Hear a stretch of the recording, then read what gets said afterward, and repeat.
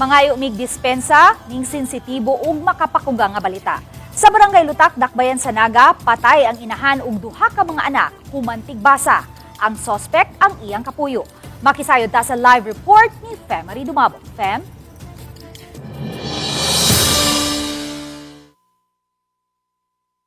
May grabing pagbangutan ng gibati sa pamilya sa mga biktima human nga brutal nga pagkamatay sa duha ka mga bata ug inahan niini.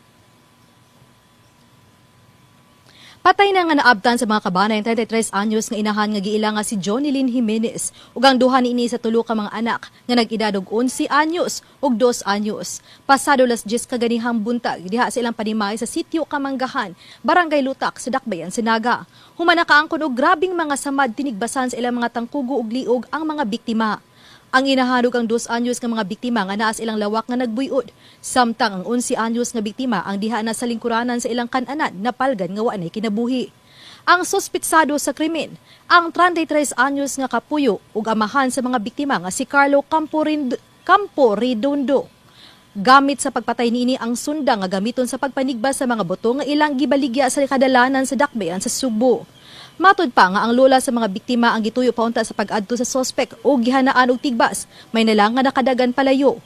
Ug ang suspect na matud pa ang nitugan ngadto sa lolo sa mga biktima nga patay na ang tulo ka mga biktima, una pa didagan kini palayo sa lugar.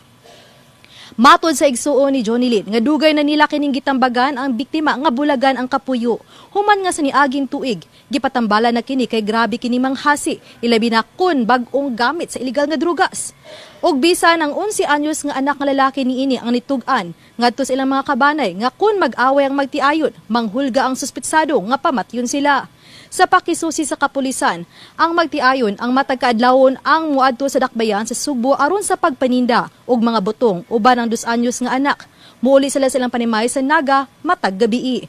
Apan kaganiha kay wa madayon sila sa pagpaninda. Naabot matod pa ang magtiayon pa sa 9 sa buntag sa ilang panimay sa Barangay Lutak.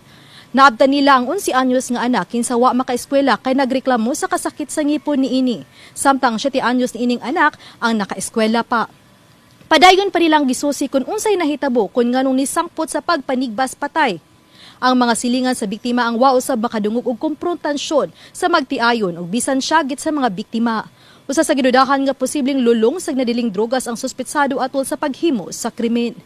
Panawagan sa kabanay sa mga biktima ngadto ang hustisya alang sa mga biktima. May ang suspitsado ang nasikop pasado alas 4 karong hapon diha na sa Barangay Kugon sa Dakbayan sa Naga, silingang barangay kini sa Barangay Lutak. Samtang multiple murder ang kaso nga tubangon sa suspitsado. May Daghang salamat, Fem Dumabo.